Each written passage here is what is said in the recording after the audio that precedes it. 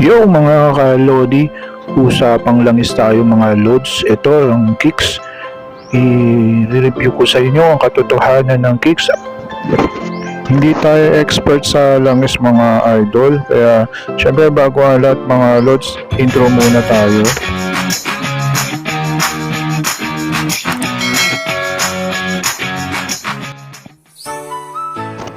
Pinagpalang araw sa atin lahat mga Lods. Siyempre ito nating Kicks na Ultra. Ayan.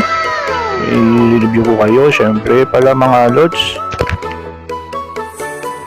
Mga idol, kung bago ka lang sa akin channel mga idol, mga Lods, siyempre subscribe naman po kayo. Paklik lang yung button dun sa akin channel para updated kayo sa lahat ng akin channel mga Lodi. Yan po ngayon mga Lods, ito po ang ating re-reviewin. Yan po ang Kicks. Made in Korea po yan. Yan po yung made in Korea mga Lodi. Yan po makikita nyo po dyan. Nabili ko po ito ng 280. Yan po.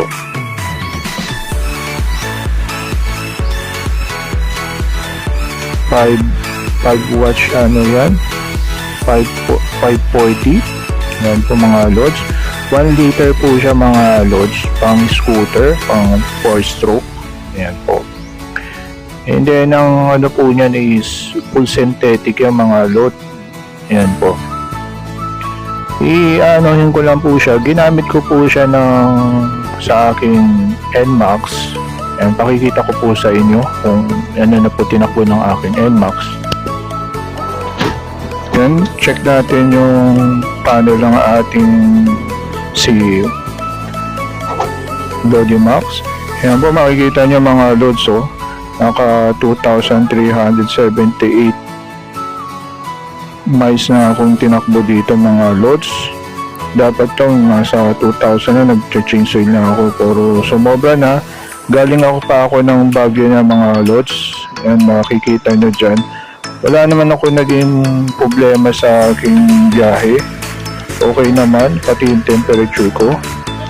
Ayos, hindi siya hanggang 4 bar lang siya. Ang takbuhan ko doon is 80 to 50. Maabot din ako ng 90 mga Lods. Puntang Baguio yan. Ito na yung tinatakbo ng aking motor. Nasa 5,000 plus na mga Lods. Yan po ang Kicks.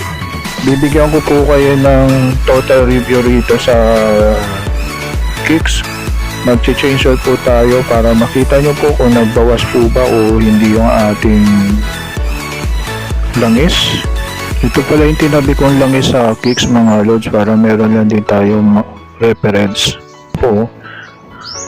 Malinaw naman siya mga Lods.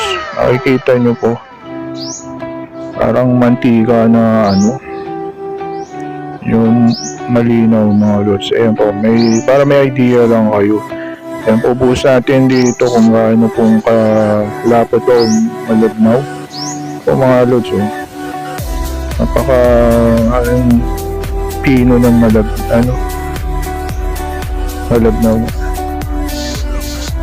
Yung guys, para lang siyang tubig din mga Lods. Pag tumulo mga Lods. Medyo malamig siya mga Lods, yung langis niya. Kaya iyan ko yun ng ano. Pakita ko sa inyo mga Lods yung ano nito. Pag in-start kung ma-vibrate pa or ano. Yan, balik natin muna mga Lods. Tingnan nyo. Tingnan siya kapag sinasalin siya talagang.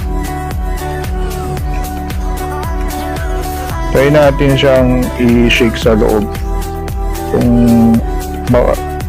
doon ba siyang mabilis tumaas o bumaba. Kaya ko lang din kayo ng idea dito sa Kicks na ito mga Lods. First time ko lang din gumamit itong Kicks mga Lods. Yamal loops kasi yung first na gamit ko Yamal hoop. Ito naman nating pangalawang chainsaw ito na ginamit natin. Kaya bibigyan ko yun ng idea kung anong naging observation ko rito sa kicks. Mga lods, kapag ano mo, talagang bilis niyang kumalat kapag sinishake mo siya. Yun ang performance ng kicks, di ba? Pag siya,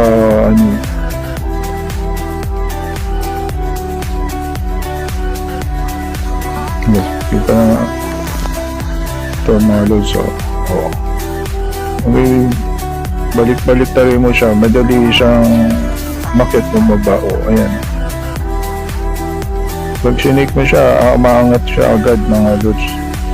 Hindi katulad sa ibang langis na bago siya shake, ang tagal niyang kumalat sa buong area. Kaya bigyan ko ngayon ng idea mga lods. Yung mga load, start natin yan. Hindi ko pa na-start ng umaga. Yan, start na natin umaga. Pakita ko lang sa inyo ang performance ng yan, malamig pa yung makina niyan. Ayan, yan yung mga loads. Hindi naman siya ma-vibrate. Naka 2,000 plus ano na yan. Ayos na tinakbo niyan. Pero yan naman, yung swabe naman siya gamitin mga loads. Yan. Dinig nyo naman dyan mga loads, no? Okay pa naman. Pakita ko naman sa inyo yung takbuhan namin dito sa Baguio. Ito mga loads dito sa Baguio yan.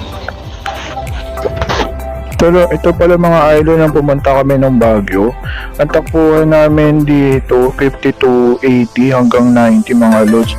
Pero yung temperature ng aking motor hanggang nasa 4 bar lang din mga loads. Wala siyang naging problema. Yun din ang ano ko dito. Okay naman siya gamitin ng kicks. Yes mga Lodi, ito si Lodi Max.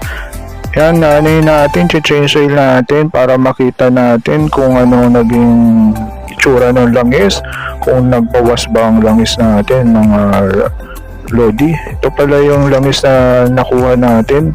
Ito ang kicks mga loads, naka 2,300 plus yan mga loads na tinakbo. Yan, medyo okay pa naman, hindi pa naman siya ganun kahit medyo maano lang dito kasi mga loads yan, hindi naman siya malapot, medyo malabnab pa siya. Yan mga loads, medyo may natapon lang na konti dun sa langis sa pagkabukas ko mga loads, natapon, hindi ko nakasala kasi. Kuha tayo ng garapon para makita natin yung medyo talagang saktong kulay yung mga loads. Ito yung naging kulay ng kicks after 2,300 plus. Ayan, medyo parang nag-green na siya, medyo nag-dark na rin siya mga loads. Ang naitsura. Saka abangan nyo para mga loads yung susunod kong chainsaw dito. Pakita ko rin sa inyo. Gamit naman tayo ng ibang brand. Abangan nyo yung mga loads. Yan may idea lang kayo dun sa langis na ginamit nitong kicks ngayon mga loads. So ayan medyo malabnaw pa siya mga loads. Pero hindi na siya, medyo itim na rin siya. Hindi mo siya gano'n. Ngayon salin natin itong mga loads dito sa lalagyan niya para makita natin, medyo may natapon, kung nagbawas pa yung ating langis o naging honest review lang tayo dito mga loads. Yan.